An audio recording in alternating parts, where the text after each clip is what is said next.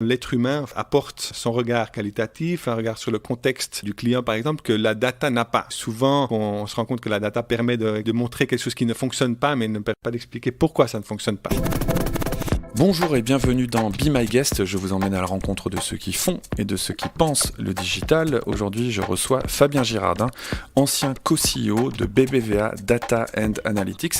BBVA, qui est une des plus grandes banques du monde, aussi une des plus innovantes, qui a un service qui s'occupe de déployer la donnée au service de l'expérience client, au service de l'optimisation des processus, au service aussi des employés pour leur permettre de travailler de façon plus efficace. Avec lui, on va évoquer tout ce que la data a permis de déployer chez BBVA, mais aussi plus généralement de cet affrontement entre d'un côté les machines et la donnée contre les humains et leur intuition. Be My Guest, présenté par Laurent Haug, en partenariat avec 200 idées et créa, école membre de INSEQ. Bonjour Fabien Girardin. Bonjour Laurent. Qu'est-ce qu'on peut faire avec la data dans une banque ? Alors il y a plusieurs lignes en fait de travail autour de la data. Le premier, c'est l'automatisation des processus. C'est rendre des choses qui existent déjà et les rendre beaucoup plus optimisées. Et ça, le but de la data là-dedans, son rôle, ça va être de mesurer. Enfin, on ne peut pas automatiser ce qu'on ne peut pas mettre en chiffres, par exemple. Exactement. Ça, c'est une chose. Mais aussi, par exemple, automatiser les interactions entre les clients et une banque. Ça, c'est le genre de choses que vraiment la data et surtout les technologies, comme on appelle machine learning, intelligence artificielle, permettent de faire maintenant jusqu'à une certaine limite. L'autre aspect, c'est vraiment la prise de décision qui est basée plus sur des aspects quantitatifs qui n'étaient pas forcément disponibles il y a quelques années. Donc là, pour une banque en général a toujours eu accès à beaucoup de données. Il y a toujours eu des quants dans les banques. Mais la prise de décision maintenant va au-delà vraiment de domaines spécifiques et peut entrer par exemple dans tout l'aspect de gestion de talent, de gestion de ressources humaines et aussi dans toutes les facettes en fait que peut offrir une banque dans ses services avec les clients, mais aussi à l'interne. Et le dernier aspect, je peux dire comme grand chapitre de ce qu'il peut faire avec les données, c'est la création de nouvelles expériences. C'est d'offrir des services en fait qui n'existaient pas avant, soit à l'interne, donc soit avec les employés d'une banque, ou soit à l'externe avec les clients. Et voilà, tout ce qui est système de recommandation, par exemple, au système d'aide à automatiser la décision en interne, par exemple, fait maintenant partie, on va dire, des outils qui sont disponibles pour une banque à travers la data. Alors donc il y a plusieurs thèmes là qui sont mélangés. Il y a des services qu'on va donner au client où lui-même va pouvoir gérer son budget, prendre ses propres décisions. Il y a aussi des services qu'on va proposer aux clients mais qui viendront peut-être de la banque. On va dire au banquier, là il y a quelqu'un, il y a peut-être eu un événement dans sa vie, il y a un enfant qui est né, il y a une retraite qui est prise, etc. Et il y a un aspect interne. On va utiliser ça à l'interne pour améliorer les processus, automatiser les choses. Si on revient très concrètement, donc vous étiez le co-CEO de BBVA Data et Analytics. On va aller un peu plus en détail, mais BBVA est une banque qui est connue pour être particulièrement en avance sur ces thèmes-là. Concrètement, quels sont les nouveaux services que vous avez pu déployer pour les clients en utilisant la data ? Alors, il y a une palette de choses qu'on a faites. Une des premières choses de base qu'on a dû faire, c'est vraiment ce qu'on appelle catégoriser les transactions. C'est-à-dire que la manière dont un individu interagit avec une banque et la manière dont les données sont collectées sur l'individu est vraiment faite d'une manière on va dire très, très informatisée. Et on a dû humaniser un peu les données qu'on a sur les clients, savoir quel type de dépenses un client fait, à quel moment. Et donc tout un travail vraiment de savoir catégoriser, donner un sens humain à des codes informatiques. Parce que vous voyez par exemple qu'un terminal de débit d'un supermarché, vous allez retrouver ça sur le compte de pas mal de vos clients et donc vous allez dire ce terminal-là, quand il y a un débit qui est fait dessus avec une carte de crédit, ça vient d'un supermarché, donc c'est une dépense de nourriture. Donc j'imagine qu'il y a un enjeu de compréhension et un enjeu de simplification. C'est-à-dire que dans certains cas, vous allez demander au client de déclarer quel type de transaction c'était et dans d'autres, vous allez essayer d'automatiser ça. C'est ça un peu, c'est comme ça que la data rentre en compte. Exactement. Donc, la data, tout ce qui est les dernières technologies de data, en fait, essaie d'inférer les choses, essaie de sortir des patterns, essaie de comprendre certains éléments. Inférer, ça veut dire déduire, Voilà. comprendre la réalité qu'on ne connaît pas, qu'on ne maîtrise pas. Et c'est fait, en fait, à partir de... On donne des données, des exemples à la machine pour qu'elle apprenne à partir de ces exemples. Donc, quand on a une collection de transactions, ou des millions de transactions de clients, une bonne partie, on va dire, sont bien libellisées, ont des bons codes et parfaitement faits, mais comme il y a l'humain qui passe au milieu et qu'il y a du bruit qui est généré, des choses qui sont mal codifiées, des choses qui ont été mal écrites, en fait, la machine doit apprendre des erreurs pour les corriger et puis, en fait, parfaitement catégoriser les choses. Et ce n'est pas une chose qu'on arrive à faire à 100%, et pourtant tout est informatisé. Mais justement, c'est un grand enjeu d'avoir ce genre de données de base pour ce genre de banque comme BBVA, pour avoir une bonne compréhension de l'activité de chacun de leurs clients. Donc ça, c'est la base, c'est la matière basique qui est... Donc on voit bien, là, il y a la data, vous recevez des signaux, hein, et vous essayez d'en extraire du sens, en fait, et de dire, voilà, le mode de vie de telle personne, ça va être de dépenser plutôt pour ses loisirs, ou plutôt pour la culture, ou plutôt pour sa santé, etc. Quand est-ce que ça ne marche pas, tout ça? Parce que la data, c'est une de ces technologies un peu magiques, c'est comme l'intelligence artificielle, il y a tous ces fantasmes, on a l'impression que ça résout tout. Là, vous venez de parler de l'humain qui passe au milieu. Dans quel cas, par exemple, on va avoir une transaction qui va être mal catégorisée? Enfin, c'est quoi ces petites exceptions qui posent problème?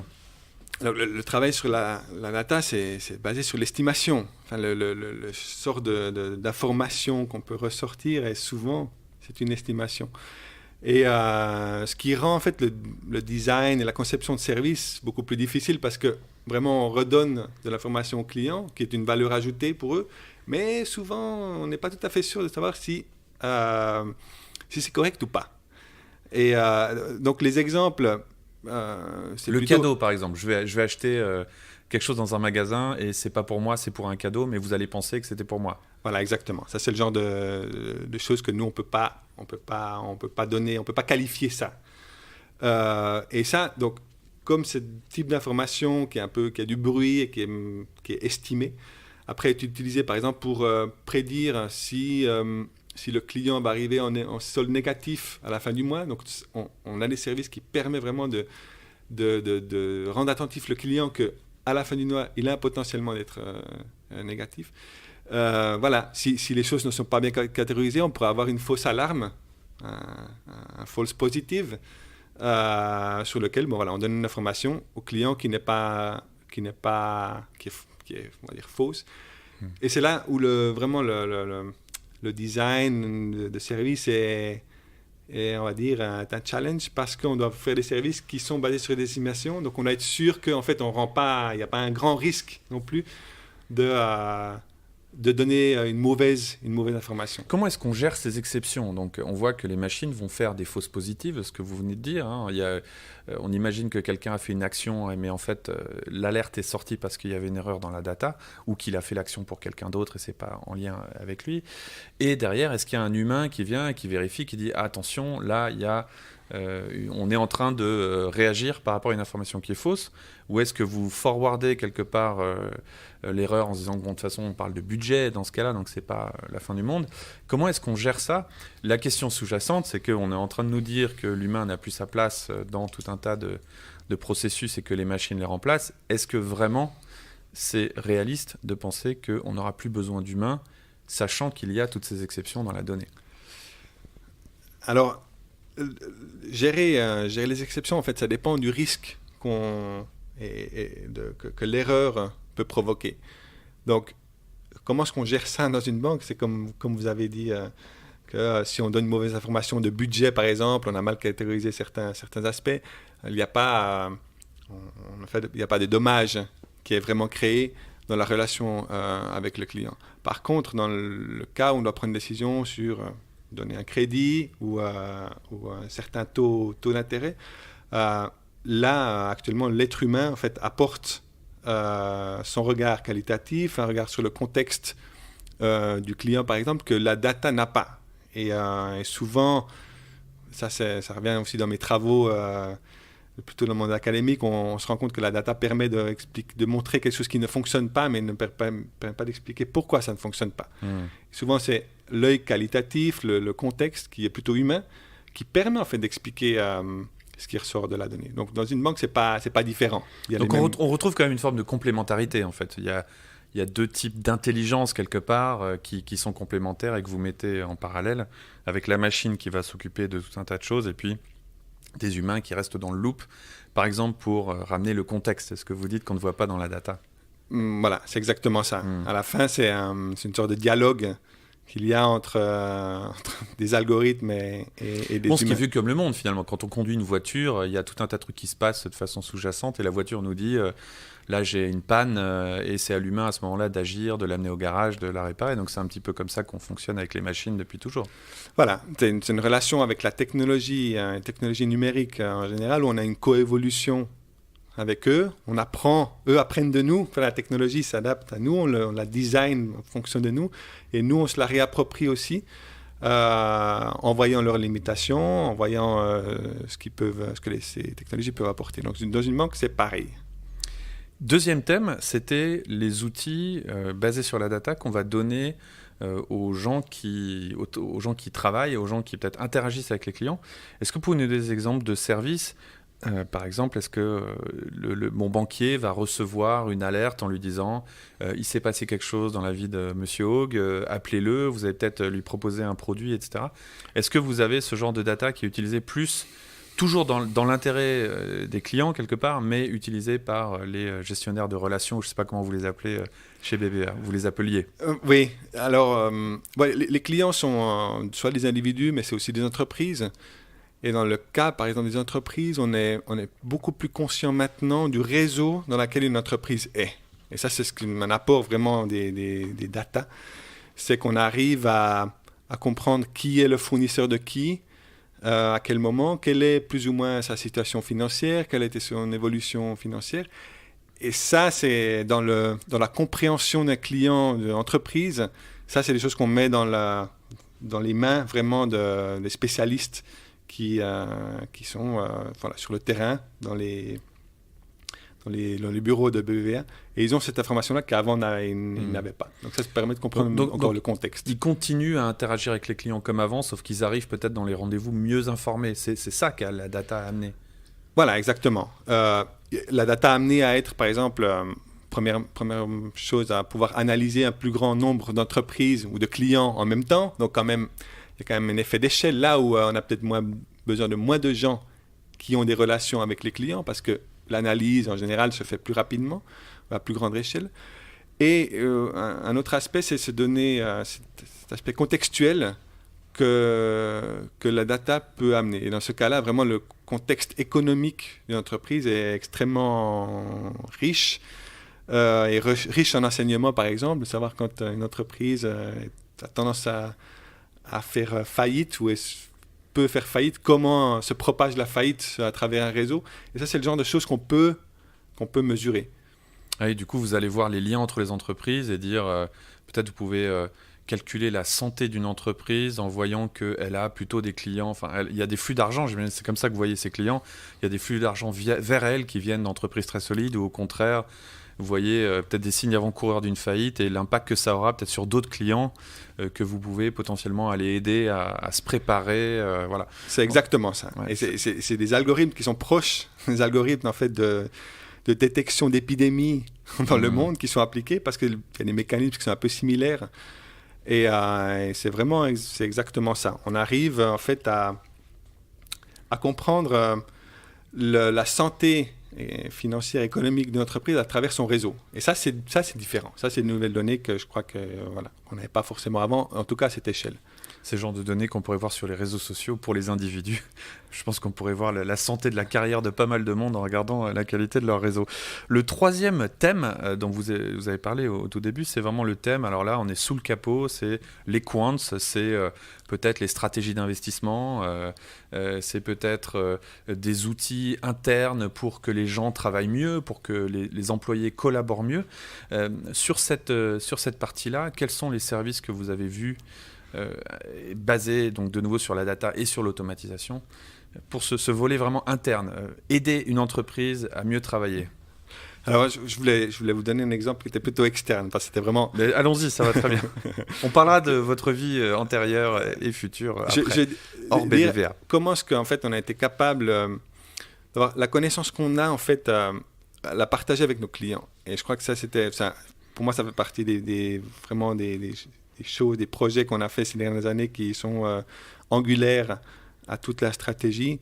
C'est de savoir prendre tout ce que j'ai parlé au début des transactions et comment est-ce qu'on arrive à donner en fait un sens à ces transactions-là, le redonner à des clients qui sont des entreprises, des petites et moyennes entreprises qui n'ont pas forcément leur département d'analyse, leur département quantitatif, mais nous, comme étant leur banque, on a été capable de leur fournir une sorte d'outil qui leur permet de comprendre leur business, leur commerce, non seulement à l'interne, chose que eux généralement savent, contrôlent parfaitement, mais surtout le contexte autour. Donc, te dire tel restaurant ou tel magasin dans telle rue, quelle est sa compétition, comment se comporte sa compétition, quelle est la température, on va dire, commerciale autour d'elle.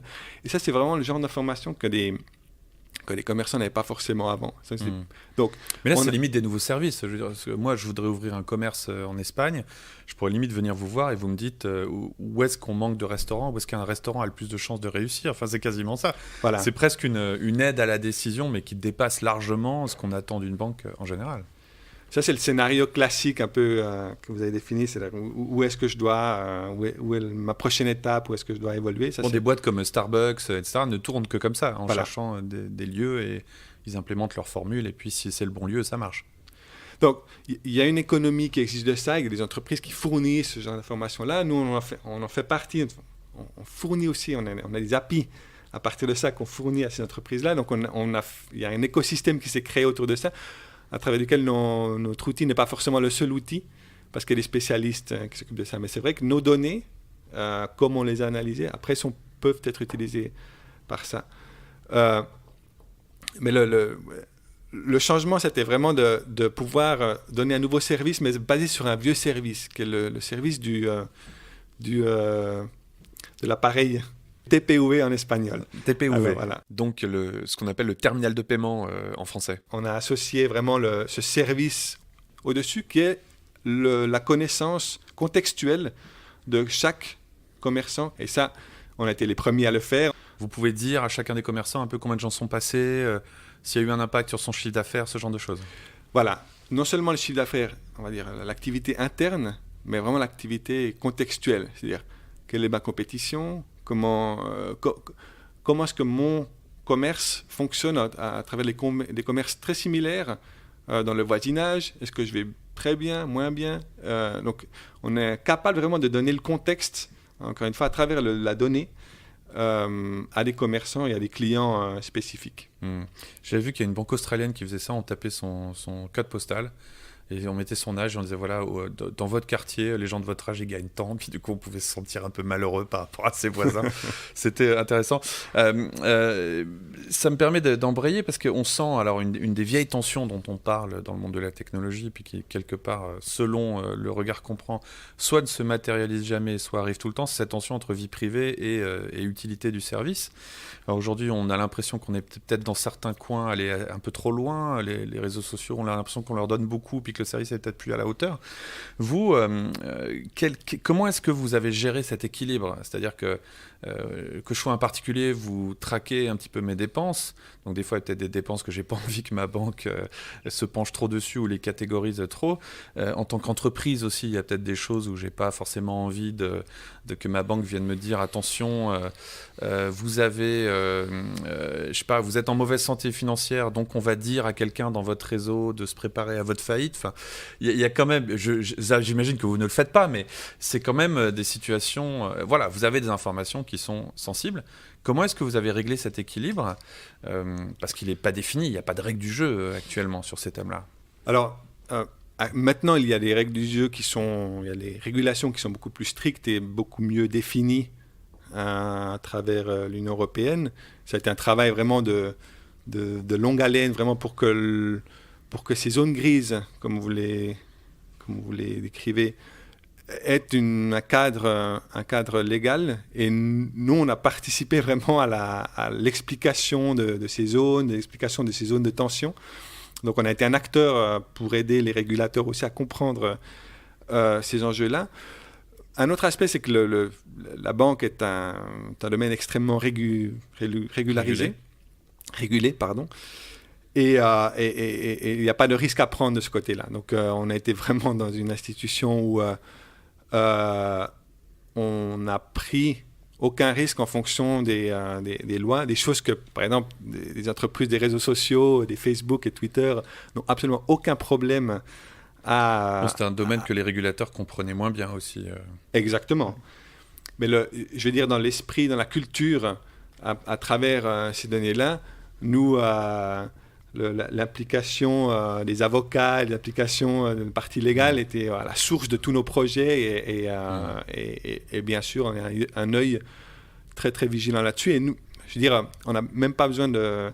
Et on peut pas prendre de risques, quoi. Le move fast and break things de Facebook, aller vite et casser les choses, c'est sympa, sauf quand c'était appliqué à la banque et qu'on vous dit il y a eu une erreur informatique et donc votre solde est à zéro. Ça, vous ne pouvez pas vous le permettre. Voilà, il y a une réputation, il y a un service de base qui est donné qui n'est pas négociable. Vous êtes arrivé chez BBVA il y a 3 ou 4 ans. Là, maintenant, vous venez de quitter cette entreprise. C'est quand même des années un peu charnières. J'ai l'impression que l'attitude du régulateur a beaucoup évolué.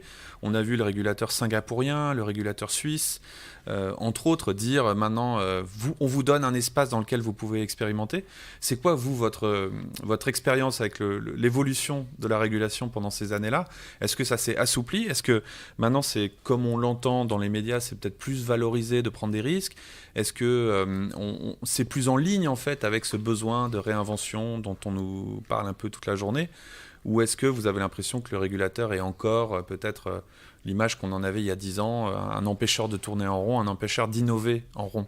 Je crois qu'il y a vraiment une évolution au mieux vraiment de la régulation. Moi, ça fait, à travers mes travaux dans le monde académique, au MIT, on travaillait sur des régulations de l'Union européenne, sur l'usage de données, enfin de l'analyse de données qui était absolument pas adaptée à nos pratiques. Mais en même temps, on n'en a pas d'autres. Donc, nous, on faisait en fonction de ces régulations-là. Et maintenant, les dernières régulations de l'Union européenne, par exemple, je trouve, sont très avancées, font, je crois, référence dans le monde sur des bonnes pratiques. Et c'est sûr que les régulations, aussi certainement créent des barrières à l'innovation. Et ça, je le vois aussi. C'est-à-dire que maintenant, pour mettre en place certains services, si on utilise des données personnelles, il faut les avocats sont vraiment doivent faire partie du budget de départ pour essayer de lancer quelque chose. Et ça, c'est une des conséquences, on va dire. Mais la régulation est aussi le meilleur ami des banques, parce que c'est ce qui empêche quelque part les startups d'attaquer aussi facilement. Enfin, si l'industrie de la musique ou de la vidéo a été parmi les premières à être attaquée, c'est que justement, c'est des lieux beaucoup moins régulés, parce que si on se plante, c'est moins grave. La finance est parmi les derniers, parce qu'avoir une licence bancaire, ça coûte beaucoup d'argent, c'est très compliqué, on se soumet à beaucoup de contraintes, et donc c'est en même temps une contrainte pour vous, pour ex-vous, puisque vous travaillez plus chez BBVA, mais pour les grandes banques, et en même temps c'est un avantage parce que ça vous a protégé des barbares qui voulaient réinventer la finance. Alors, oui, on va dire, dans la régulation financière, le monde de la finance, oui, les banques ont été protégées. Moi, j'aurais l'argument inverse avec l'usage des données et de la data, c'est que nous, comme on s'imposait vraiment la régulation et puis notre manière de travailler était on va dire, beaucoup plus stricte que beaucoup de startups ou beaucoup d'acteurs comme des Amazon et d'autres qui, en fait, on casse les choses puis après on demande pardon, des choses que nous, on ne peut pas faire. Donc, dans ce cas-là, la régulation ne nous a pas forcément aidés. Le manque de régulation ne nous a pas forcément aidés parce que nous, on s'imposait des règles beaucoup plus strictes. On a l'impression qu'il y a quand même une vraie nouvelle ligne de départ, que tout le monde est un peu plus à égalité maintenant. Alors, ces grandes entreprises traditionnelles et ces grands géants du web et les startups, tout le monde est un peu plus à égalité de par la régulation, de par aussi le fait que des boîtes comme Facebook et Google atteignent une taille critique où ils commencent à avoir des problèmes de grosses boîtes. Donc il y a une nouvelle ère qui s'ouvre aujourd'hui qui est intéressante. Il y a des entreprises dans le monde, je pense à Twitter, à Google, qui gagnent de l'argent en vendant leurs données. Est-ce que, à votre avis, c'est un vrai canal de revenus futur pour les banques, comme on peut voir aujourd'hui peut-être des opérateurs de téléphone qui d'un seul coup ont de la data qui vaut de l'argent parce qu'ils savent où sont les gens, ils savent comment ils se déplacent, et ça a de la valeur pour beaucoup de monde. Est-ce que vous envisagez que la data devienne un centre de profit direct pour les banques? Alors, à BBVA Data Analytics, qui était vraiment une entreprise qui fait partie du groupe BBVA, mais qui a sa propre activité, une de nos ressources de profit était la revente d'informations.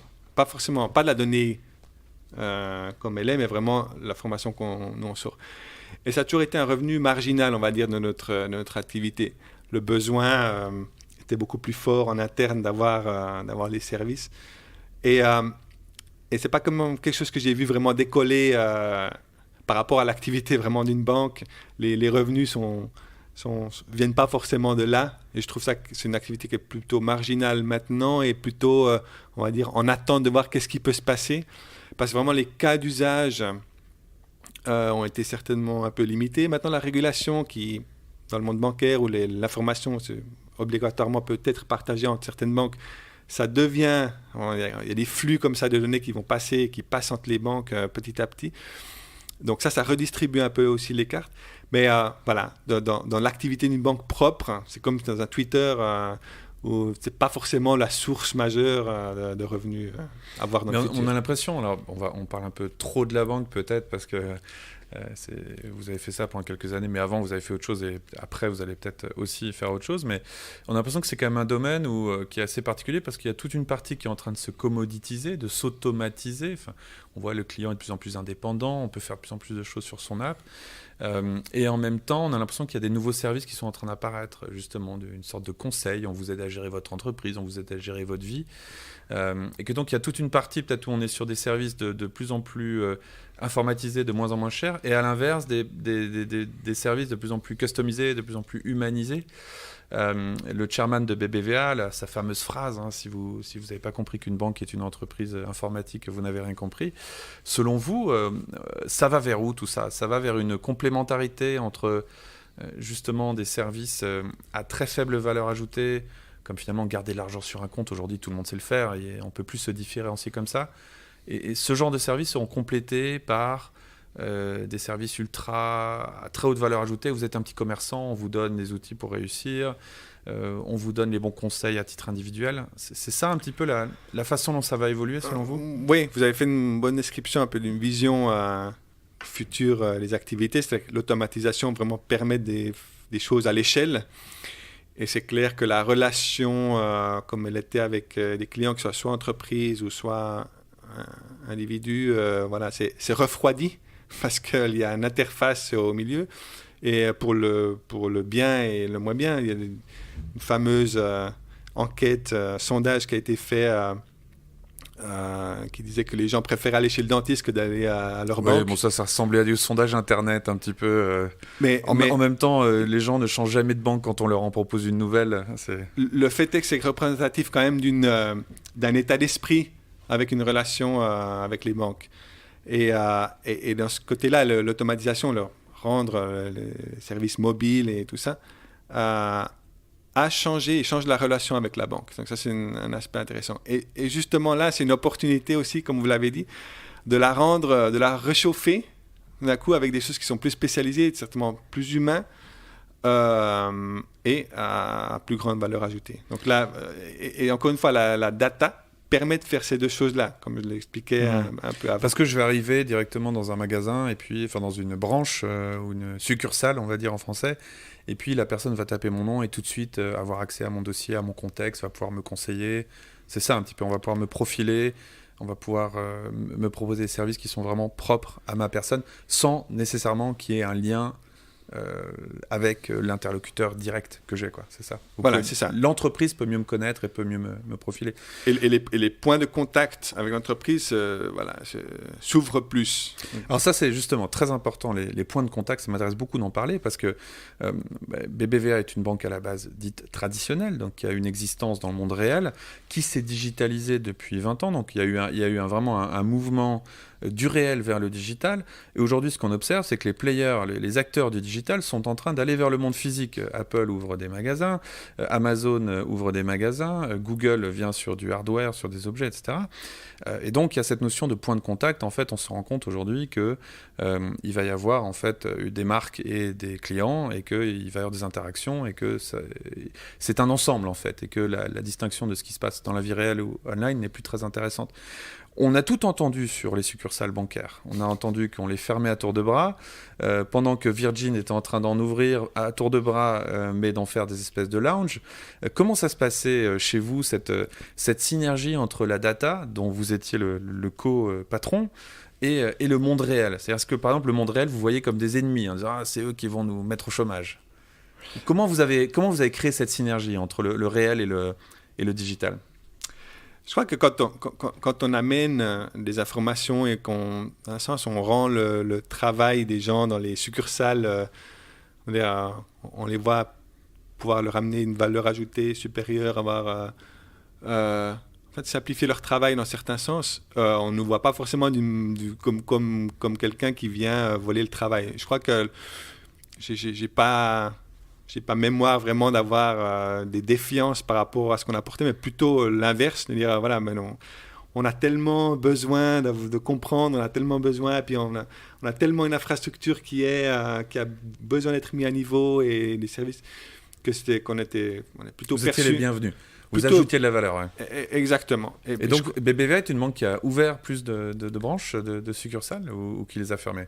Non, c'est plutôt la tendance, ça c'est le cas, je parle du cas espagnol, est plutôt à fermer.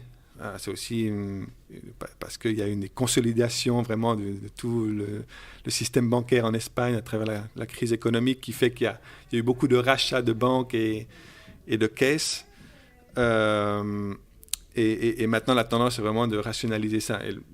D'ailleurs, la donnée fait partie des ingrédients pour savoir comment est-ce qu'on rationalise les branches, savoir dans quel endroit est-ce qu'on a besoin de quoi, à quel moment. Et vous aviez aussi beaucoup travaillé avec les distributeurs de billets, donc vous avez fait des visualisations pour voir à quel endroit les gens allaient chercher de l'argent, à quelle heure, etc. Ça, est-ce qu'aujourd'hui, un des thèmes aussi qui flotte, qu'on entend certains prédicateurs du digital nous dire, c'est que le cash est mort, qu'on n'aura plus besoin de ça. C'est quoi la réalité du terrain telle que vous la percevez? Alors ça, c'est intéressant parce que c'est justement cette semaine, il y a mon ex-équipe a sorti une analyse là-dessus et on se rend compte vraiment qu'il y a culturellement, il y a vraiment des grandes différences à travers certaines régions, encore une fois, là, le contexte espagnol, certaines régions qui sont vraiment, qui qui restent au cash, très très attachées à ça, et d'autres pas. La réalité est très très complexe dans ce sens-là. C'est par région, c'est pas par génération, par exemple. Voilà, alors j'ai pas lu l'analyse en profondeur là-dessus. Ce que je suis conscient, c'est c'est quelque chose de complexe et que souvent, quand on a l'impression que le pendule va aller tout à l'automatisation et que l'argent va disparaître, tout d'un coup, on voit justement des pratiques qui sont différentes, qui réapparaissent. Et ouais, donc la tendance en Espagne n'est pas forcément claire, la disparition du cash. Ça reste comme un bien particulier, quoi. Un objet particulier, il y a un lien très fort et ça permet des choses, tout aussi l'économie souterraine quand même qui se nourrit de ça. Si maintenant on sort un petit peu de ce cadre BBVA, donc qui est une petite partie de votre vie, hein, c'est 1/5 de votre vie professionnelle, vous avez beaucoup de choses avant. La data, c'est un thème auquel beaucoup de gens s'intéressent depuis quelques années. Vous, ça fait 20 ans que ça vous intéresse. Comment est-ce que vous êtes arrivé sur cette thématique de la data dans les années 90, 90 Alors, pour moi, il y a un intérêt un intérêt de comprendre le monde et comprendre les villes en général. Et à travers mes travaux dans le monde académique, le doctorat pratiquement, en fait, au début, je voulais savoir comment est-ce que les gens interagissaient avec les cartes mobiles, les nouvelles cartes, les Google Maps, des choses comme ça. Et en étudiant les gens, en fait, je me suis rendu compte qu'on pouvait les comprendre en masse à travers les villes. Et donc, j'étais un des pionniers vraiment à utiliser des données de Flickr, des données Ça, très concrètement, ça, c'était un projet, donc c'était à Barcelone. Ouais. Et l'idée, c'était d'aller voir les photos qui étaient mises sur Flickr, donc qui étaient à l'époque un des services de partage de photos très connus, et de resituer les photos sur une carte en disant ça, ce sont les endroits où les touristes vont prendre des photos, ça, ce sont les monuments les plus photographiés, ça, ce sont les rues dans lesquelles les touristes se baladent. C'est ça. Donc, à travers les photos, la découverte, c'était de dire on peut comprendre comment les gens utilisent une ville. Alors qu'en général, on peut avoir des intuitions, on peut demander au chauffeur des taxis, oui, là, il y a plutôt du monde à 9h, mais on n'avait pas de chiffres, c'est ça. Voilà, à travers l'information géoréférencée, qui était quelque chose de nouveau qui apparaissait, on arrive en fait à donner une nouvelle carte, une nouvelle sorte de carte qui est dynamique, qui est temporelle, qui se met en fait au-dessus des cartes qui existent maintenant, d'imagerie satellitaire, etc. Et voilà, donc à travers ça, j'ai pu produire des cartes que les gens de l'Office département du tourisme de Barcelone, c'est la première fois en fait qu'ils voyaient la géographie de leur tourisme. Ils avaient des intuitions bien sûr et des sondages et tout ça, mais voilà, c'était une carte. Ce qui ne veut pas dire que c'était la carte de la réalité. C'était la carte de la réalité de certaines personnes qui mettent des photos en ligne. Voilà, c'est la limitation de ce genre d'approche. Mais au moins, il y avait une carte. Et ça, c'est la nouvelle chose que j'ai fait. Et j'ai répliqué ce genre de travail dans plusieurs contextes, que ce soit à New York, au Louvre, en utilisant chaque fois des données supplémentaires, complémentaires, de téléphonie mobile, par exemple, pour, encore une fois, à chaque fois avoir des angles différents de comportement humain à travers les traces digitales, les traces numériques. Au Louvre, c'était un projet de suivi du trajet des visiteurs, hein, c'est ça? Voilà, au Louvre, c'était la question vraiment, parce que tout travail sur la data commence par une question ou une hypothèse, c'était de savoir qu'est-ce qu'on peut mesurer, ce que le Louvre appelle l'hypercongestion. C'est-à-dire que le problème principal du Louvre, c'est que quand il y a tellement de monde, la qualité, l'expérience du Louvre baisse. Et nous, on était capable, en mettant certains capteurs de présence de personnes, de voir à quels endroits le phénomène d'hypercongestion, en fait, prenait place. Et on arrivait à mesurer ça, à partir de combien de personnes le temps de stationnement des gens diminuait. Et du coup, là, la façon, c'est que vous identifiez les visiteurs dans l'espace intérieur. C'est vrai qu'on a tous vu ces cartes du trafic, mais c'est à l'extérieur. Et là, vous êtes à l'intérieur et donc vous géolocalisez les visiteurs et vous êtes capable de dire voilà le trajet que quelqu'un a fait, voilà les sections qui ont le plus de visiteurs, voilà les portes qui sont peut-être pas assez larges ou qui créent un embouteillage de touristes. C'est ça. Donc on arrive sur une compréhension qui est complètement nouvelle d'un espace avec lequel on travaille tous les jours. Voilà, la clé de ce genre de ce projet qui m'a aussi ouvert les yeux, c'était de comprendre que la donnée, en fait, encore une fois, nous permettait de voir les problématiques, de la mesurer. Donc, on arrivait à mesurer l'hypercongestion et de savoir où ça arrive. Bon, on ne savait pas dire, mais pourquoi? Qu'est-ce qui est arrivé là? Donc, un des outils qu'on a aussi fait, c'est un outil un peu de refaire le jeu, de refaire ce qui s'est passé et de pouvoir montrer aux gens qui connaissent l'espace, de dire, mais ici, il y a eu un effet d'hypercongestion. Ici, il y a eu une grosse queue qui s'est formée. Qu'est-ce qui s'est passé? Et c'est là qu'on se rendait compte que tout d'un coup, on a coupé cette queue, on a coupé cet espace ici. Des choses que le Louvre fait au quotidien. Il gère l'espace, il gère... mais on arrivait à comprendre à travers l'observation des gens, qualitatif encore une fois, le pourquoi et qu'est-ce qui est arrivé. Donc le mélange de la donnée, du quantitatif et du qualitatif, c'est quelque chose qui est pour moi très, très, très riche. Si justement on vient sur ce débat, alors c'est assez fascinant, hein, cette thématique de la donnée, ça nous a été présenté un petit peu comme toutes les technologies, comme un truc magique qui allait tout résoudre. On a parlé d'entreprises basées sur la data qui n'auraient plus besoin que de ça, etc. Mais moi, il me semble qu'il y a quand même des choses qui échappent à la quantification. Il y a des choses sur lesquelles on ne peut pas mettre de chiffres, et notamment des choses très importantes pour les entreprises. La réputation des vendeurs, la qualité du réseau des différents employés, la motivation des gens, etc. Qu'est-ce que la data ne peut pas faire? Je trouve ça, on ne parle jamais de ça dans la technologie. On parle toujours de ce que la technologie peut faire, on ne parle jamais des limites de la technologie. Où s'arrête un peu le champ de compétences de la data?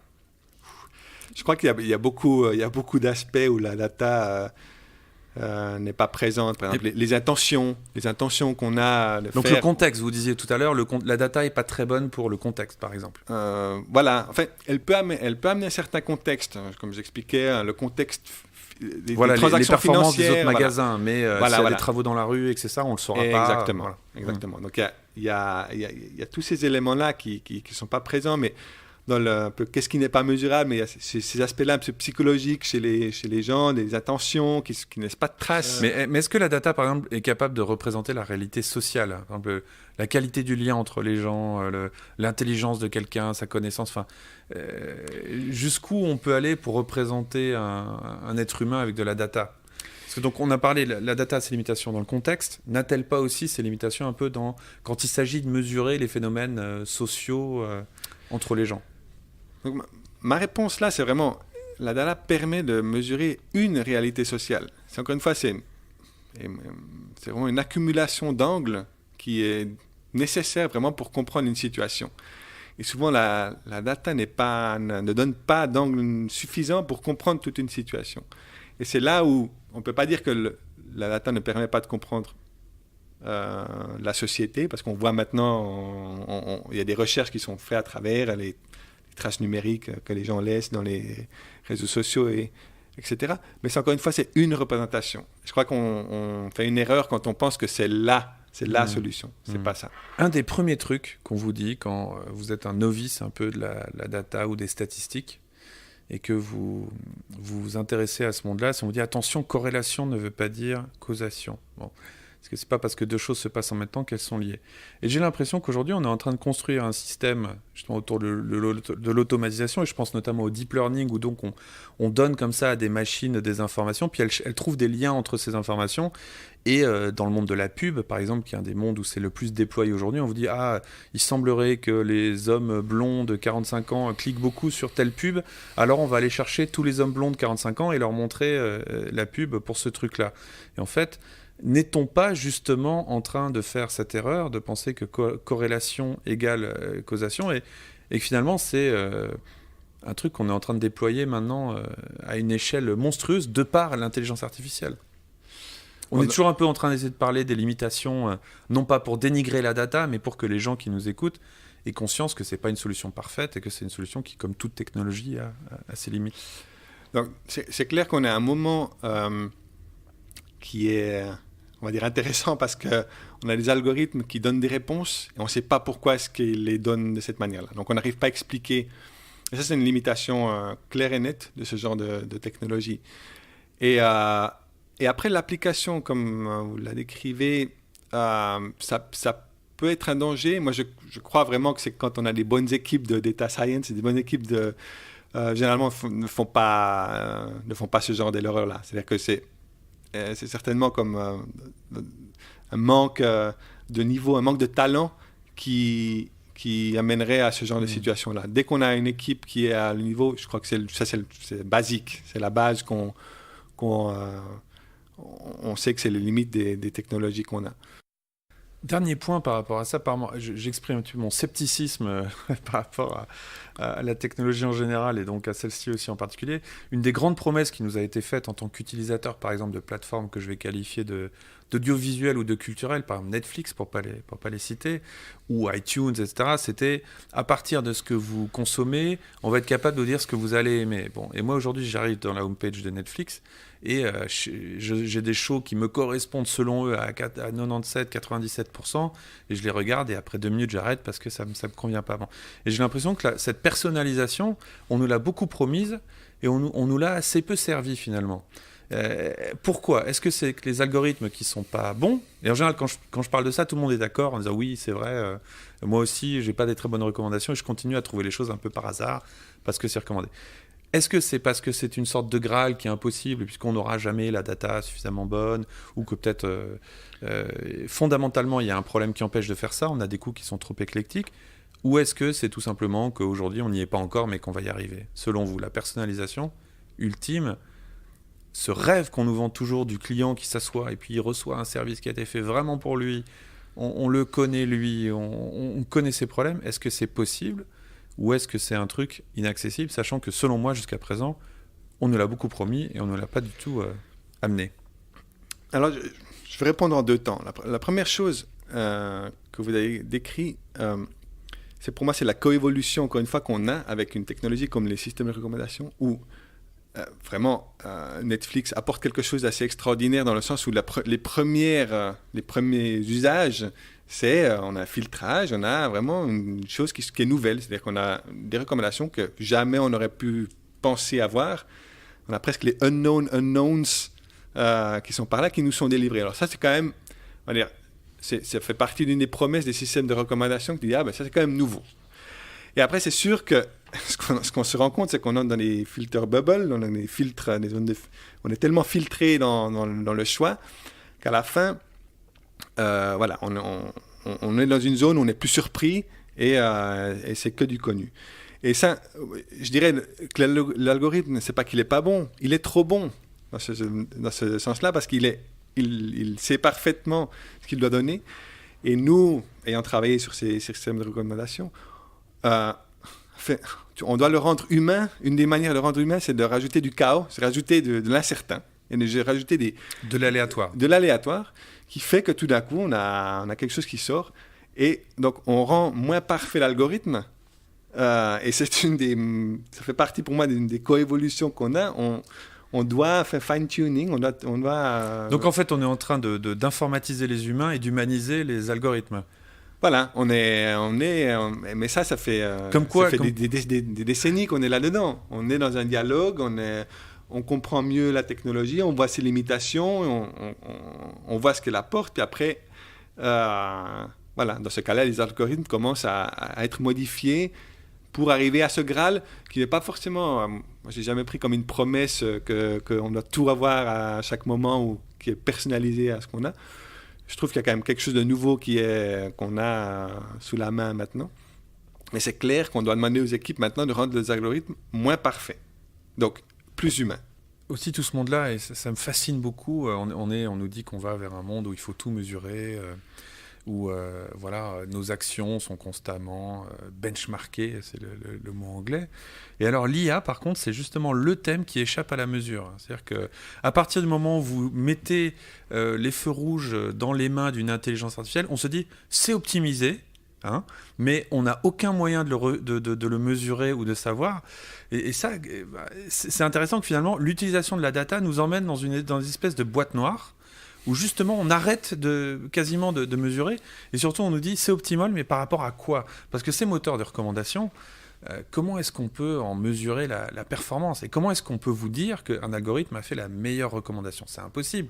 Parce qu'il y a des milliards de possibilités, on ne peut pas savoir laquelle est la meilleure. Donc, comment est-ce qu'on gère ce paradoxe finalement on a l'impression qu'en mettant un système automatisé, c'est une solution parfaite et ça ne l'est pas. Enfin, comment est-ce qu'on s'améliore ? Comment est-ce qu'on mesure la relevance de quelque chose comme des recommandations ? Bon, ça, il y a quand même certaines mesures qui permettent de savoir si certaines recommandations sont meilleures que d'autres. Et voilà, on fait facilement les tests AB. Je ne sais pas forcément savoir comment est-ce qu'on dit ça en français, mais test AB, oui. Test AB. On montre deux versions à 50% des utilisateurs et on regarde laquelle et puis convertit le plus. Par exemple, si le but c'est de faire regarder des vidéos aux gens, laquelle version a fait le plus cliquer les utilisateurs sur les vidéos ? On travaille avec une ligne de base, c'est-à-dire que comment est-ce que les individus fonctionnent actuellement, leur prise de décision, comment est-ce qu'elles sont faites. Ça te permet d'avoir une ligne de base. Et après, le but du système de recommandation, c'est d'améliorer cette ligne de base et d'avoir des gens qui vont plus cliquer ou plus écouter certaines musiques ou d'autres. Et là, quand même, on peut quand même mesurer la relevance de la proposition. Donc Fabien Girardin, le monde vers lequel on va, c'est la data qui remplace l'humain ou c'est les deux qui travaillent ensemble? C'est les deux qui travaillent ensemble. Moi, voilà, ça fait 10 ans ou plus que je vois ça. Après, de prédire vraiment qu'est-ce qui va se passer à long terme, je suis pas dans une position pour le dire, mais actuellement, la tendance va vraiment de là. Ce qui ne veut pas dire que l'automatisation n'enlève pas certains postes de travail, mais je crois que mon expérience montre qu'il y a aussi des nouveaux types de travaux et de capacités ou de nécessités qui sont là et qui ne sont pas couvertes actuellement. Donc c'est des choses comme la créativité, le jugement, l'empathie, l'intuition. Tout ça, ce sont des capacités humaines qui ont encore de l'avenir. Plus que jamais, je dirais, parce que voilà, on a des machines qui nous poussent à aussi aller à avoir ces éléments-là qu'elles sont loin d'avoir maîtrisé ça au niveau informatique. C'est un grand paradoxe de notre époque, finalement, après avoir technologisé l'humain, comme je disais tout à l'heure. Finalement, aujourd'hui, la technologie est en train de nous forcer de nous réhumaniser, de remettre l'emphase sur ce que nous savons faire et que les machines ne savent pas faire. Voilà. Peut-être les historiens, dans quelques centaines d'années, se pencheront là-dessus et verront une petite ironie dans le fait que la technologie nous a repoussés vers notre humanité. Merci Fabien Girardin. Merci à vous. Merci d'avoir écouté Be My Guest. N'hésitez pas à m'envoyer vos réactions et vos commentaires. Vous pouvez retrouver Fabien Girardin sur LinkedIn ou en tapant son nom dans un moteur de recherche. Et je vous retrouve avec plaisir le mois prochain. C'était Be My Guest, présenté par Laurent Haug, en partenariat avec 200 idées et créa, école membre de INSECU.